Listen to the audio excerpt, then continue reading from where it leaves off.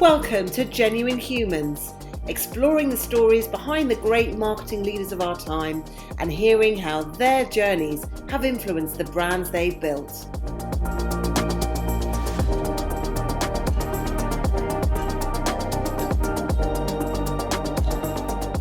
Brought to you by The Social Element, here are our hosts, Tamara Littleton, CEO and founder, and Wendy Christie, Chief People Officer.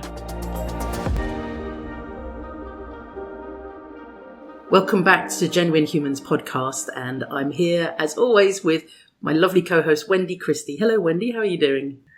Good morning. Yes, I'm very well, thank you. How are you? I'm very good, and I'm also itching to get on and introduce our guest because it's someone that I admire greatly, and we are delighted to have with us today Jennie Thomson, who is Social Media Director at W Communications. Now, Jennie has worked in digital and social for, 15 years, client side, agency side, and also, and this is why I'm so excited because she's a bit of a legend in our industry, working for brands including Aldi, Huawei, Primark, Boots, and also the very famous Weetabix campaign, which we'll go into later. So welcome, Jennie. It's such a pleasure to have you on the podcast. Well, it's so nice to be here. Thank you both so much for having me and inviting me along. I'm excited. Can't wait to spend the next hour with you. So, Jennie, as you know from our podcast, the first bit is we just want to hear all about your career path. So, can you tell us a bit? How did you get into the game of social? How did you get to where you are now? And just tell us about your early career. Gosh, a game it really is, isn't it? And yes, I feel like I've been on sort of a snakes and ladders journey, I suppose, over the last 15 or so years. It's longer than I care to remember. Where did it all begin? I studied journalism at university, which I guess is not an obvious link, but definitely was a really enjoyable period of time. I went to the University of Lincoln. I chose it because it was small enough to, not feel too overwhelming, but big enough and had sort of some incredible media sort of attributes and credentials at the time that, sort of felt like a really good stepping stone for whatever came next. But it was also close enough just about to home to be able to nip home if I needed to. It was about an hour and a half from where my parents were, so close enough but not too far away. I studied journalism there. I loved it. That included everything from getting to record radio interviews, getting to, do role play in the front of cameras and sort of work with some really incredible journalists who've done broadcasts and things like that. And I think at that time, that's kind of the direction of travel that I thought I might end up going. I really loved the idea of being in front of the camera, but sadly it wasn't to be.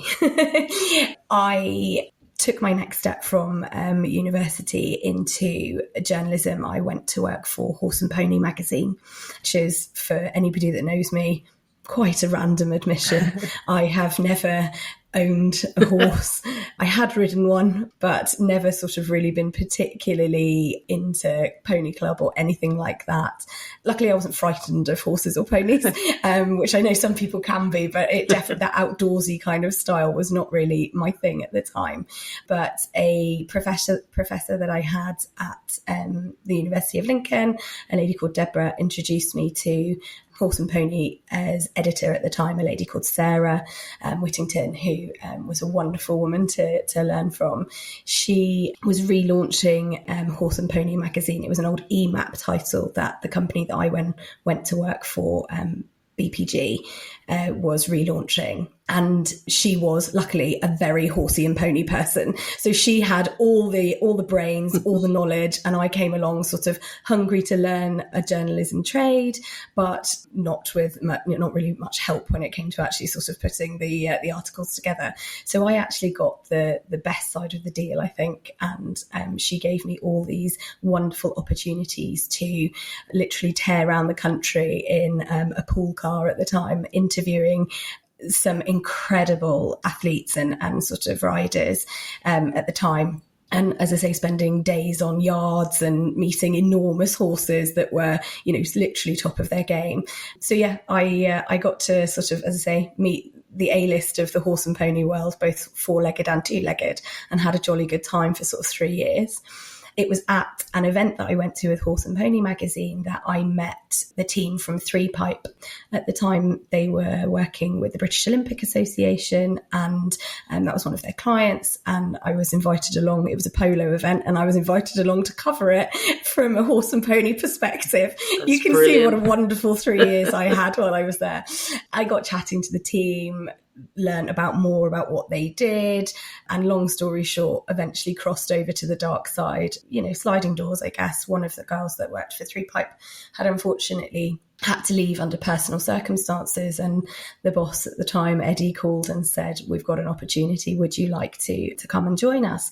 And for me, it was the chance to move to London. The bit I hadn't said was Horse and Pony was based up in Stamford, which is a lovely, beautiful part of the world, but it was hardly hustle and bustle, and I definitely think I was craving that. So I bit Eddie and Jim's hand off and went down to London and started my London career at Three Pipe as a sort of very green account executive in the PR world. I learned a lot. I think, when you're that age, I was 24 at the time. When you're that age, you can't help but, in a new city, in a new job, learn an awful lot. And, certainly at that level, some of the elements are really glamorous, others are not. I went to some great launch events, worked on some amazing clients and, had a lot of fun. But, things like building media lists and, sort of selling in, of course, all hugely important to the job, was not kind of, I guess, how I saw my career progressing. And I think I just sort of wanted a little bit more diversity from my career. At the time, Kiddie Care was one of Three Pipe's clients, and I sort of, I guess, a bit naughty at the time, but, we've all lived to tell the tale. It sort of swapped back, and Kiddie Care were going through a very exciting period, being bought, just having been acquired by Morrison's, the supermarket, to launch their .com business.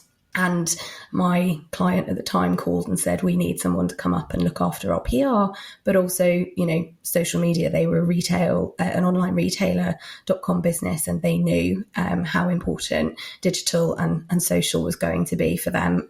It was that time, sort of 10 or so years ago, that parents were really,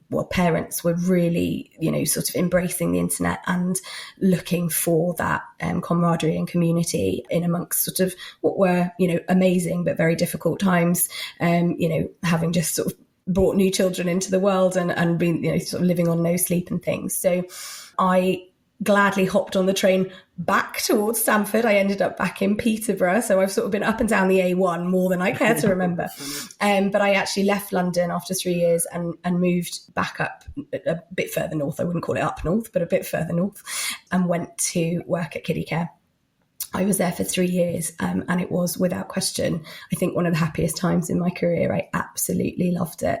As I said, they'd just been acquired by Morrison's, but with that came a huge cash injection for Kiddie Care. And one of the things that we were able to do was launch 11 enormous, and I mean huge, superstores around the country, of which, bringing influencers into and creating awareness for in local communities was a huge part of our play, and that very much fell to me. So yes, spent a lot of time again on the road and kind of traveling all different places and opening, as I say, ginormous superstores.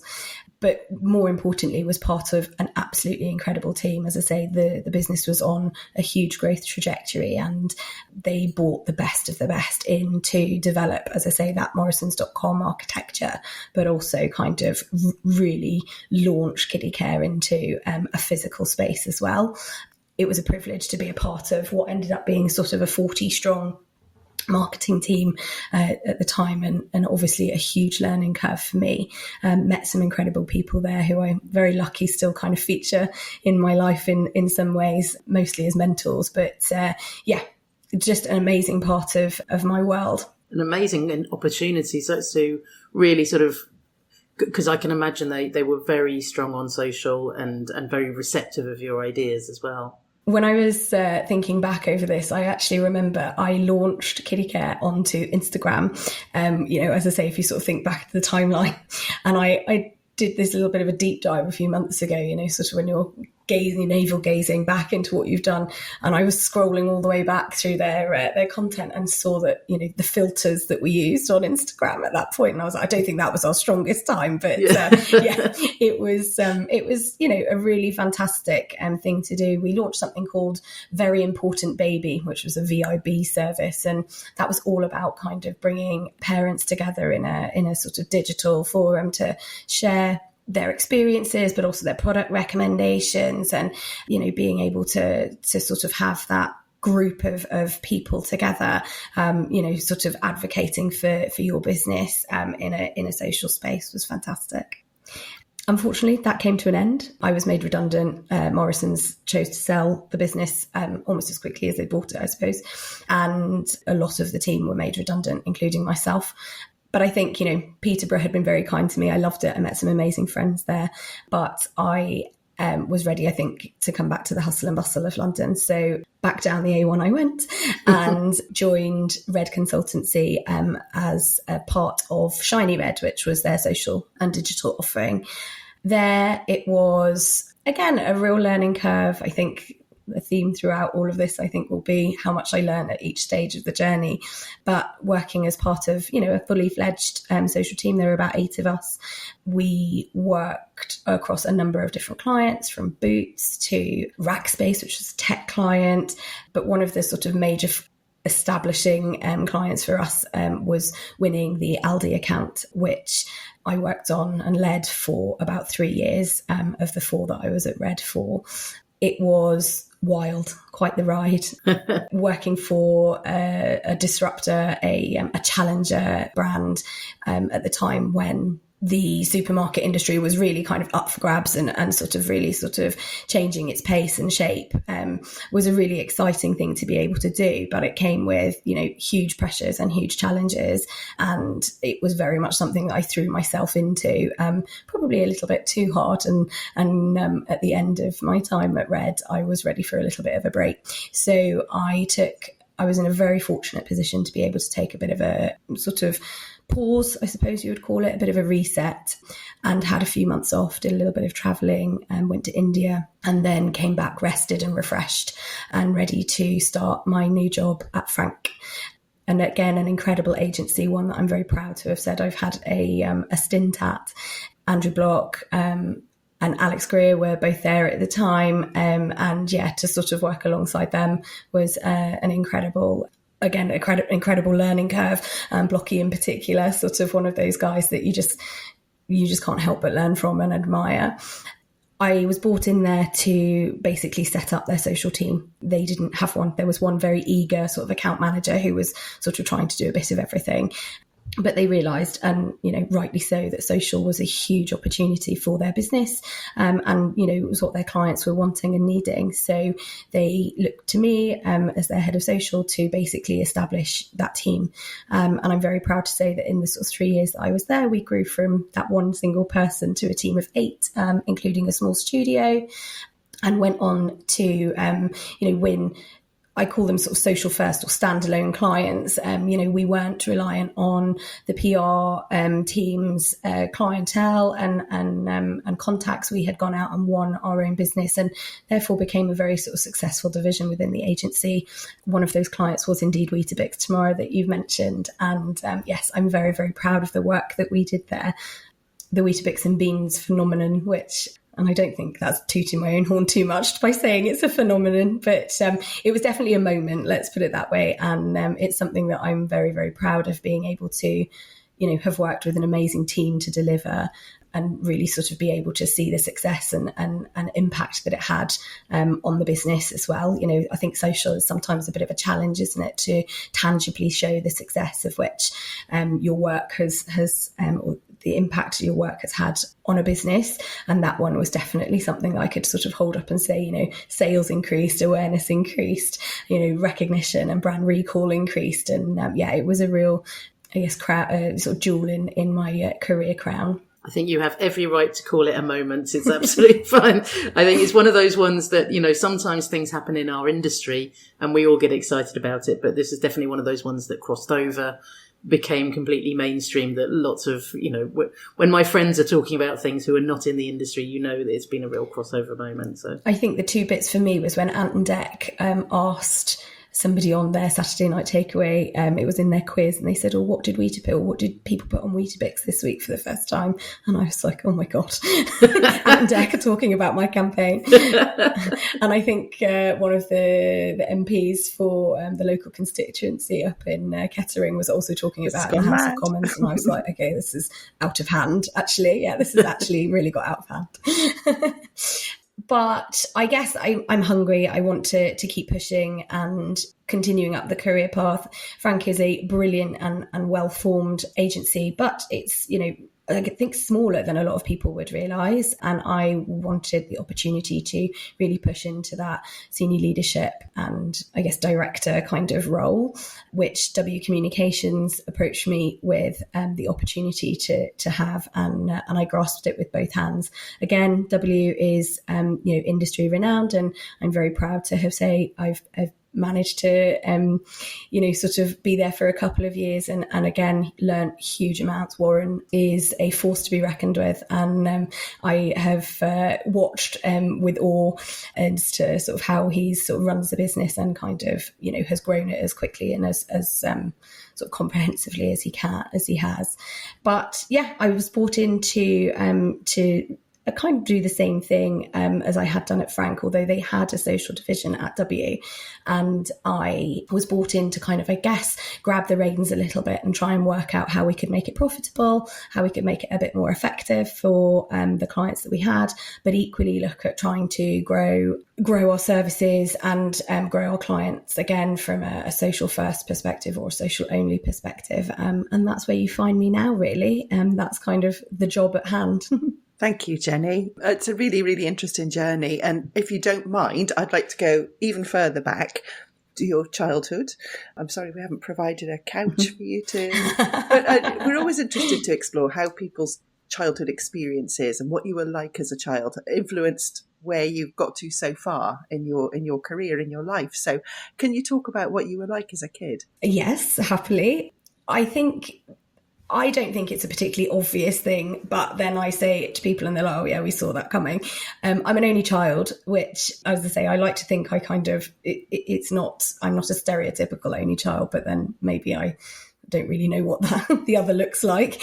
But yeah, I'm an only child. And as a result, I guess my mum and dad are a huge factor and impact on my life. I call us the tripod, in the fact that we have sort of the ability to kind of just about sort of stand up on two legs if we need to, but ultimately we kind of operate very much as a three, as healthy or unhealthy as that might be. We kind of, we very much kind of do things together. And as a result, even now they still have sort of, a big impact on my life and my career path and my personal life as well, as I say, more so than probably is healthy. But I adore them, and I'm very grateful for all of the opportunities that they've given me, really. There's no question that, without my parents, I wouldn't have been able to, go through university like I did. And they have championed me throughout, some interesting decisions from a career perspective, some challenging decisions in a personal perspective. And they remain my biggest fans, which I'm, as I say, forever grateful for. But sort of looking back to what we were like as a family when I was growing up, they 100% gave me the travel bug. My dad worked in the printing industry, worked in newspapers. So maybe that's kind of where I fell into journalism from. But it was definitely Dad, actually, that said, "Oh, you like writing. Why don't you give journalism a go?" So, I think he definitely helped sway me in that way. But we had the opportunity as a family to move to the States when I was 8.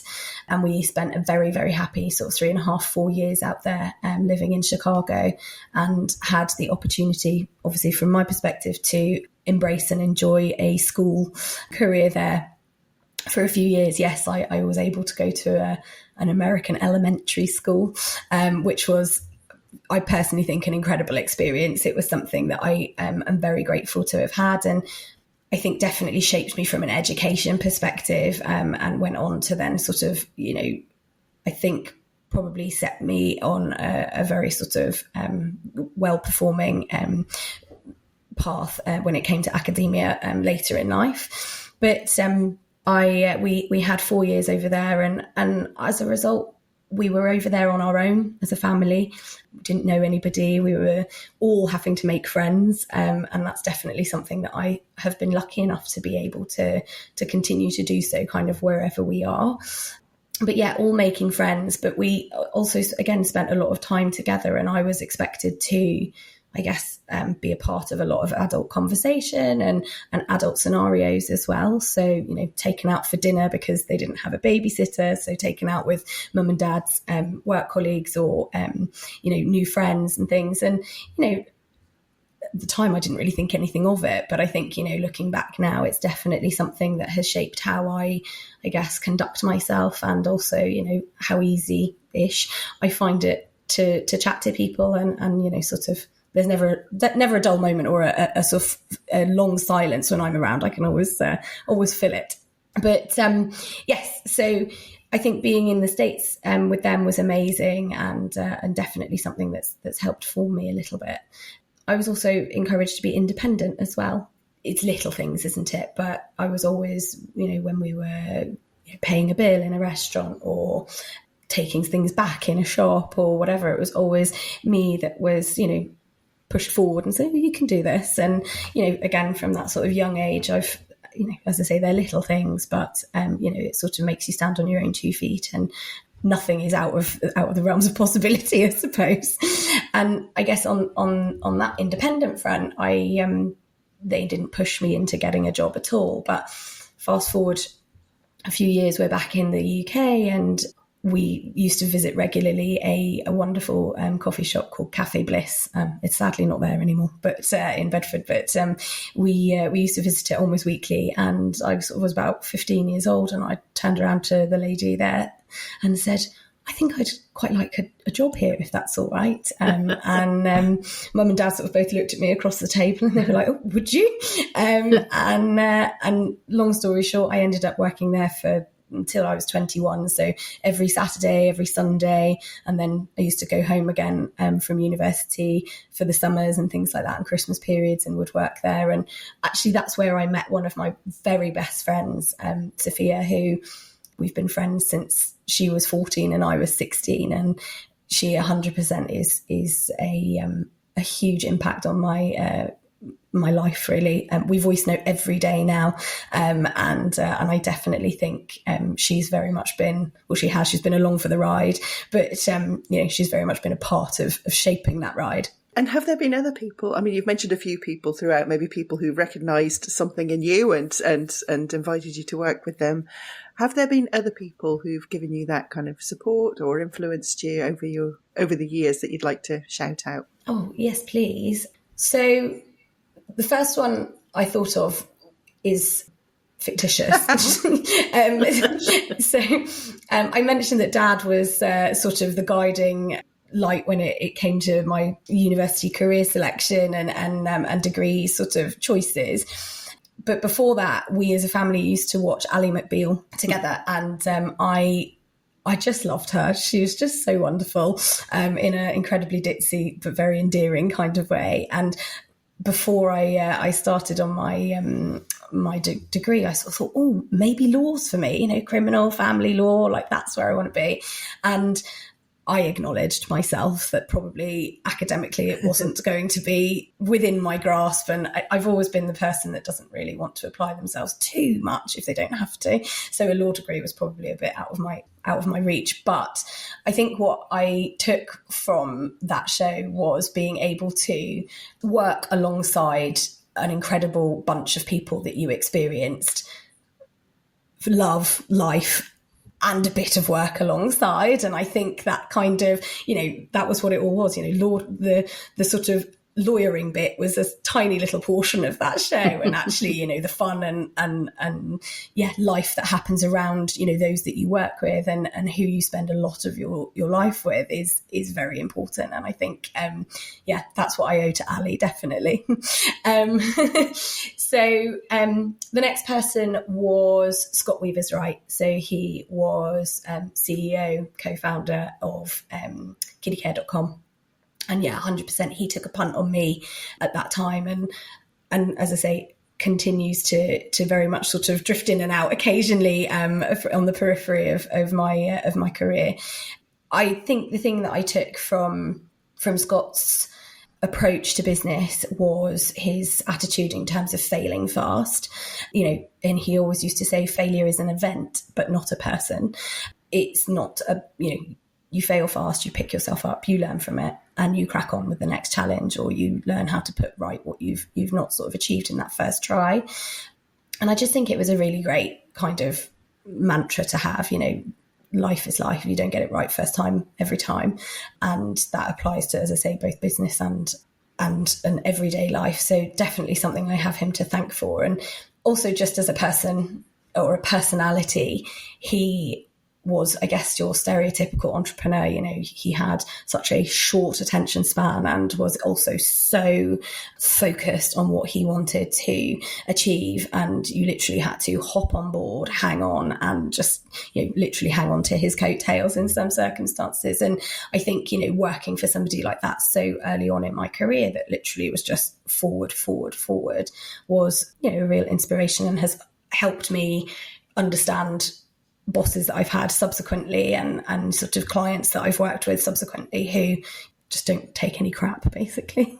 And then I think the other person that I can't not mention as part of my career is my wonderful friend, Matt Park, or as he is now, Matt Park Young. He was my boss. He recruited me at Red, and he led Shiny Red while I was there. He very much taught me that this is PR, not ER. And ultimately we are, yes, doing a job, but it's okay to have a bit of fun around the edges. And I definitely look back on some of the experiences that we had together, slightly with, one eye covered. But, we had a few hair raising moments, but we can now definitely look back and laugh on them. Yeah, I'm very grateful for, sort of the perspective that he gave me, and equally the opportunities. It was him and I and the rest of the Red team that, were part of that Aldi pitch win, which was a game changer for the agency and certainly for our division. And, he sort of put his faith in me and said, you can do this, you can run this. And yes, I sort of almost broke myself in the process, but, it was an incredible client and account to run, and, one that I learnt, masses through. We had challenging client moments. We had, real victories when it came to some of the work that we did, particularly on the Instagram kind of layout. It was one of those, it was a look and feel on the grid that not many people were doing, that we had a huge part in creating, and it was just, a real creative environment to work in. When you're talking about fruit and vegetables that are on offer, or sort of random deals in the middle aisle of dreams, you had to be creative, and you had to sort of think about ways in which you could, sort of create cut through. As I say, they were a challenger brand. We had to stand out from the crowd, and, being part of that churn of content, that volume of content, and, sort of trying to make each one as good as the last. They had very high expectations when it came to KPIs and reporting and things like that. So it was, we really pushed ourselves out of our comfort zone, but also developed a tone that was really ownable. And I think that's where I sort of first learnt about being yourself as a brand, and, sort of not really kind of bending to anything that's going on, and staying true to the brand tone of voice. For them, it was all about price and quality. And as long as we were talking about those messages, we could really kind of do what we liked and have a lot of fun with it. And that was quite freeing and, a really sort of fun thing to do. But it was also with Matt that I had, I guess, my first experiences when it came to building and creating a team, hiring and recruiting brilliant individuals that, helped address client needs, and equally were going to drive the division forwards. he gave me the advice, which I still stand by, is that you don't hire somebody you don't fancy going for a drink with. And that's not to say that you all have to be the same and like cookie cutters of each other. But if you all bring something slightly different to the party and all share similar values, you're bound to have a really good night out, and ultimately then you're going to have good days and do great work as well in the office. And it's, as I say, it might be a little, I guess, shallow, but it's ultimately, it's something that I genuinely believe that if you can not only work your days with individuals, but enjoy a night out with them as well, I think it's a good sign of a brilliant team. Well, let's just pick up on that team thing, because I know that obviously you've gone on to build more super brilliant teams as well, and it's a bit of a superpower. So what drives you most about building these sort of high performing teams? I guess I've never really thought about it as certainly a superpower, so thank you very much. But it's just a pleasure to watch people succeed and be a part of that success. Anyone that thinks that they can do anything alone is, frankly, wrong. Deluded. And I think, as I say, having brilliant individuals around you that you love, trust, respect, well, it makes life easier. It makes the job easier at the end of the day. So I think, for me, it's not about making my life easier, but it's about sort of saying, we are in this together and we are sort of sharing in the job that we have to do. And there's nothing like the adrenaline rush or the high that you get from, whether it be that chaos of a viral moment or the enforced consideration and sort of slow down of a crisis moment potentially, or the energy of a big pitch, for example. All of these things are an amazing experience to have, and it's just so nice to be a part of a team that can make that happen. So yeah, I think from my perspective, it's not about, I've never really thought about it as building brilliant teams. It's just about being surrounded by individuals that are great at what they do, bring, as I said, something different to the table, think about things slightly differently. And by bringing all of those individuals together, you do great work, and you can pretty much weather any storm together as well, of which, let's be honest, there are plenty. Yeah, I kind of always have this philosophy of I like to hire people who are much better than me and then get out of the way and let them do it. I think that's a good mantra as well. And you have worked with so many brilliant brands. I mean, we've talked about a few, but what are the learnings that you'd like to share on working with so many? I think for me, it's actually the realization that at heart, the principles are kind of all the same. So it's all about insight, understanding your audience, having an eye on culturally what is impacting them, creating engaging content and delivering key messages, activating on platforms that reach the audience and feel like the right time to be speaking to them and the right place to engage in authentic and genuine conversations, and getting the tone of those conversations correct. I think actually those kind of principles or those sort of, highlights can be applied to any brand, whether that be a Huawei who had, huge corporate challenges when I was working with them, trying to convince the UK population that Huawei wasn't indeed the devil, following sort of the ban of their involvement in 5G rollout here in the UK. Was a challenge, let's be honest. And it wasn't a traditional, here, let's pop a pretty picture on Instagram or, create a reel or whatever and hope for the best. It was, okay, we've got to approach this in a very different way. LinkedIn was hugely important. Twitter, now known as X, was hugely important, but also understanding influence from a perspective of not a creator potentially or an influencer as many people think of them, but actually finding people that had influence over government bodies, organizations, and things like that that, and engaging them in sort of clever ways and arming them with the information, so it didn't actually feel like it came from Huawei, for example, but actually was laden with all the right messages to hopefully sort of change opinion and shift that around. So, but ultimately it was about, again, choosing the right channels, the right information, the right content, and putting it in the front of the right people. So, as I say, the challenge can be great and maybe not obviously straightforward, but if you come back to those principles, then I think you're onto a relatively easy path. And I think what you picked up on before is like tone of voice is so critical, and yet doesn't always get talked about, but it can be absolutely the sort of the making of a brand, really, can't it? Oh, for sure.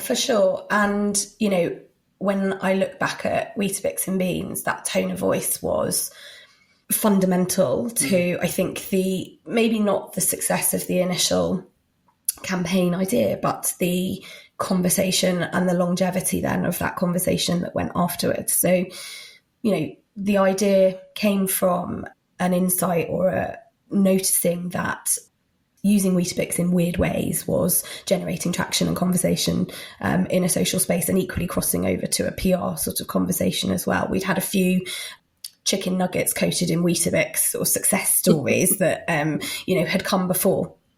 And we kind of looked and we said, this is actually what people want. Yes, they have it with milk. And, that's pretty normal. But in terms of getting Weetabix in front of people who maybe wouldn't consider it for breakfast, it was, how could we do that? And we came up with this sort of series of breakfast foods on top of Weetabix, and engaged with brands or featured brands within that campaign that were known tonally to have a bit of fun. So within it, you had Heinz, obviously, from a beans perspective.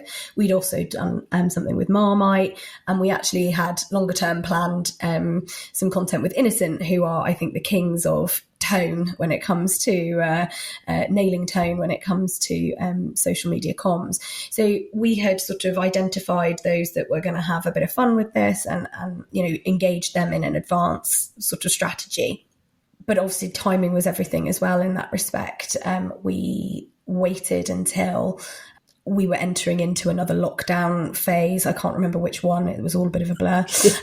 But the atmosphere, sort of the way people were feeling was pretty low at that point, and everyone just wanted lighthearted, opportunity to have some fun, equally without being able to leave the house. So enter Weetabix and Beans, and we just let it go, and it was sort of this perfect storm of the right time, the right moment, and the right tone.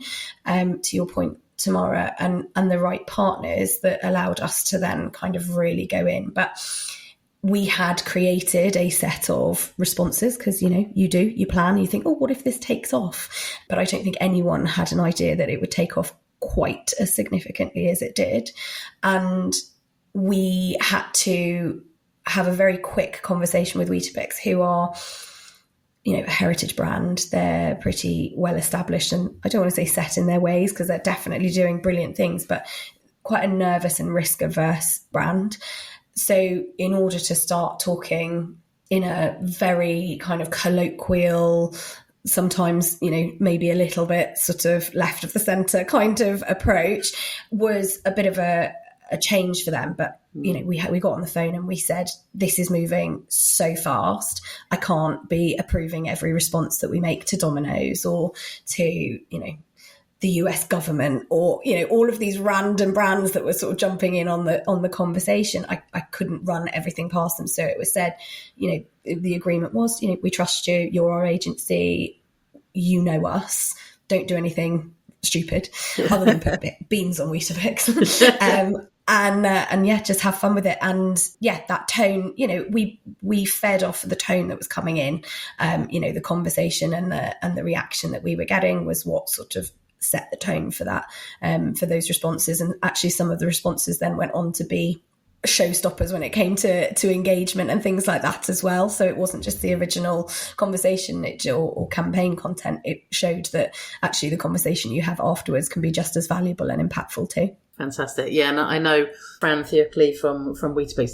They're a great team, and I think that is such an indicator of a good sort of trusting relationship, where sometimes on social, I mean, that's the thing. It's like, it's so fast that you have to have that trust. You can't start getting lawyers involved to sign off, content or whatever. It's just like, go for it, go with the moment. And perhaps going back to what you were saying earlier about from some of your learnings of like, it's okay to fail, that actually sometimes you might put something out and it won't land, but it's, you just keep going and something will. So yeah. Absolutely. I think, it's almost a gift from a social perspective. Don't get me wrong. I would never sort of say pop it and delete it if it goes horribly wrong. That's not quite the attitude, but it's fast. Literally yesterday's posts are so far down the algorithm that, nobody necessarily sees them anymore. And obviously you do need to be careful and mindful. I was listening to a conversation around the RSPB, I think just this week, around a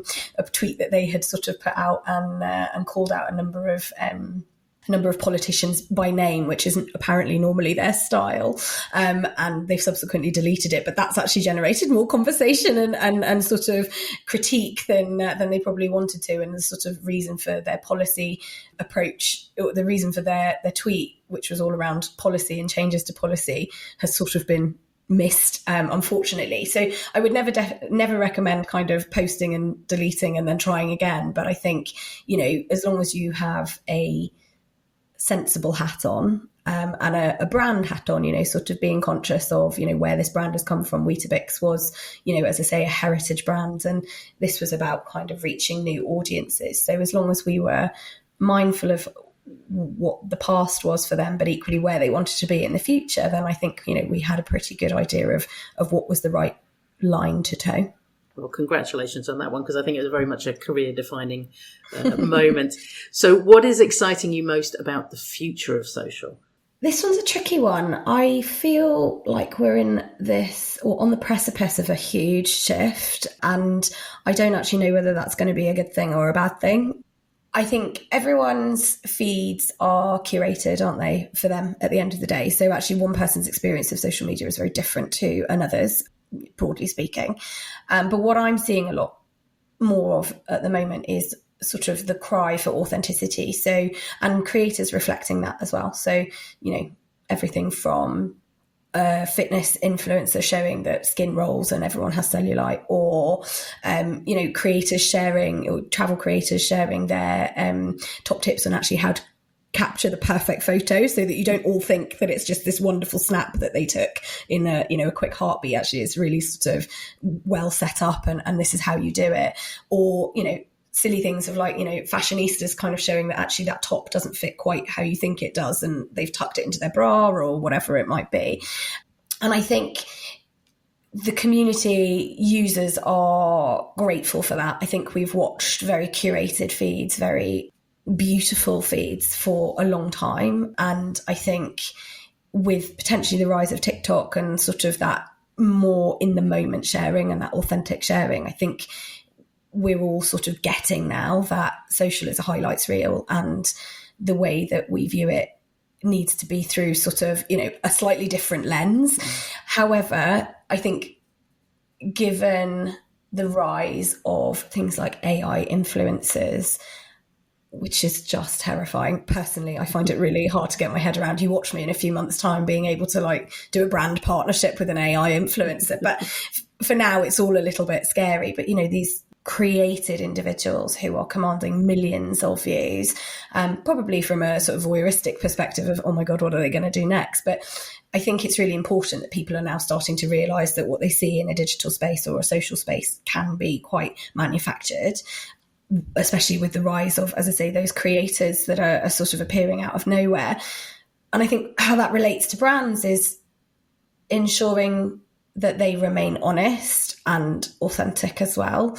I think, the social landscape is going to change hugely, in terms of new platforms coming and going, Threads maybe, or the way that we're using live stream or Twitch versus consuming video content on TikTok. I think the landscape and how audiences use it is going to shift massively. And I think, search and discovery is going to be really central to how social develops. So from a brand perspective, I think if you can remain authentic and honest and play into your truth, you stand a chance of being able to, I guess, remain engaged with your audience and bring them on the journey and remain relevant to them. Whereas if you're constantly putting out curated content or really salesy messaging or, one track minded messaging, then I think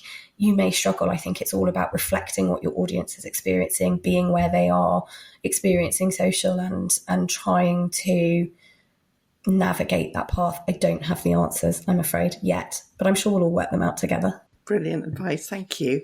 We're coming on to the last part of our podcast now, where we're going to get a bit more personal. So let's start with, what's your idea of a perfect weekend? So there's definitely a British seaside coast in there somewhere.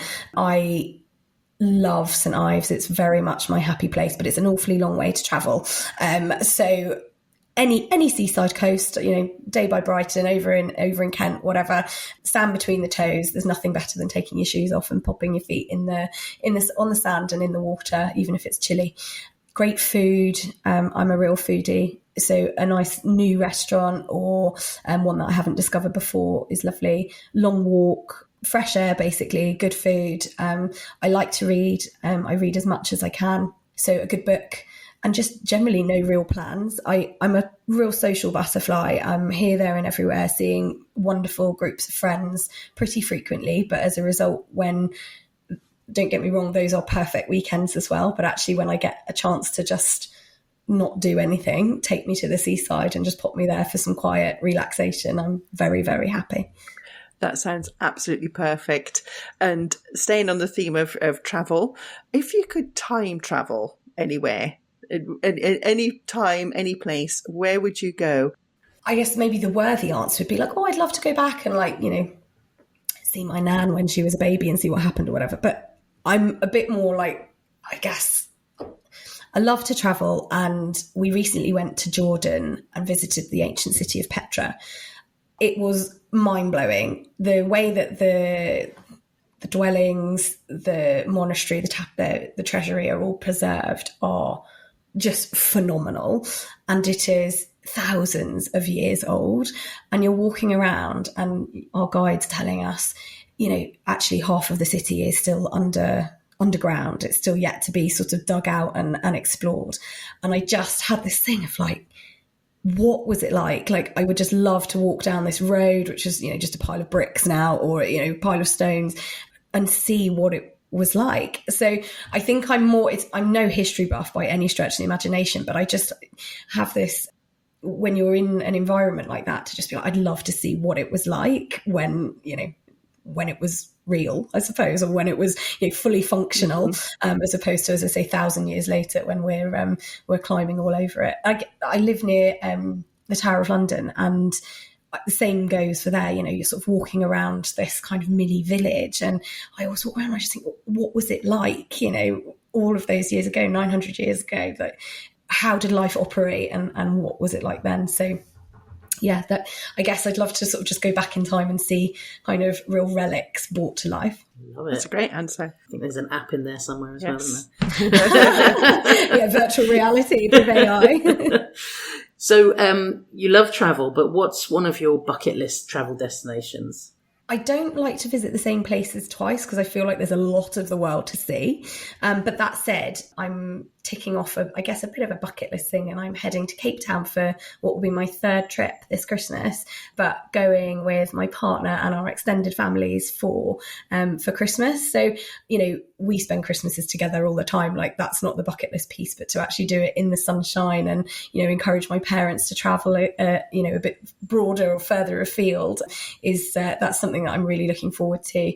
But in terms of a new place that I've not been, I think East is very much on my agenda. So Cambodia, Vietnam, Japan, and also I follow an incredible family influencer who takes kids to literally the farthest flung places in the world. And they've just got back from South Korea. And I was like, okay, if you can do this with 4 kids in tow, I definitely need to carve out some time to do it myself. And she showcased this amazing botanical garden, which is built on an island just off the South of Korea. And it just looked phenomenal. So for me, it's just about finding the time and the money, obviously. Perfect. So what's your karaoke go-to song? You know that I love a bit of karaoke. Do you love karaoke? Do you have a karaoke song? The answer is I don't really, because I'm not a karaoke singer. That's not because... what? I know. I think last time I went, I was with a bunch of girlfriends and we went for an hour and Lucky Voice type thing, but it was all very sort of random.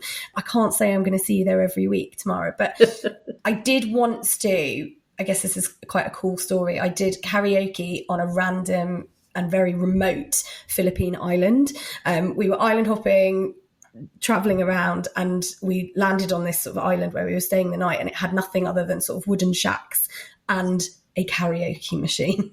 What do you know? So I got up and tackled Whitney Houston's I Want to Dance with Somebody, because that's the obvious one to do, in front of like 25 strangers. And thankfully I didn't get booed off the beach, but I'm sure I absolutely wrecked it. So I don't think it's something that needs to be repeated. I love that. I may need to adjust this question in the future of like, where's the most random place you've done karaoke? Because while you were talking, I was thinking, I did karaoke in Tokyo, but then realised I was in a brothel. Oh, God. I finished the song, obviously. Absolutely. Standards have to be maintained, yeah. You started, so you will finish. That's amazing. But yeah, so I think that's probably a good way. Where's the most random place? Jennie, it's been such a pleasure to have you on the podcast. Thank you so much for sharing your journey, your thoughts. Is there anything that we haven't asked you that you wish we'd asked you, or do you have any closing thoughts? I'm going to leave the platform to you now. Well, before I say, I just want to say thank you both so much again for the opportunity to have what's been a really lovely conversation with you. I've thoroughly enjoyed it. And I guess in terms of sort of final comments or sort of, final thoughts, be brave, go with your gut. People change, businesses change, strategies change. Don't be afraid to sort of accept and embrace that. If it's not working, change it. Things develop, careers are not one set path. If you can, and I realise it's a very privileged position, but if you can take a break, reset, and then move on to the next thing. And I definitely would say if you're feeling betwixt and between, be brave and sort of do what's right for you.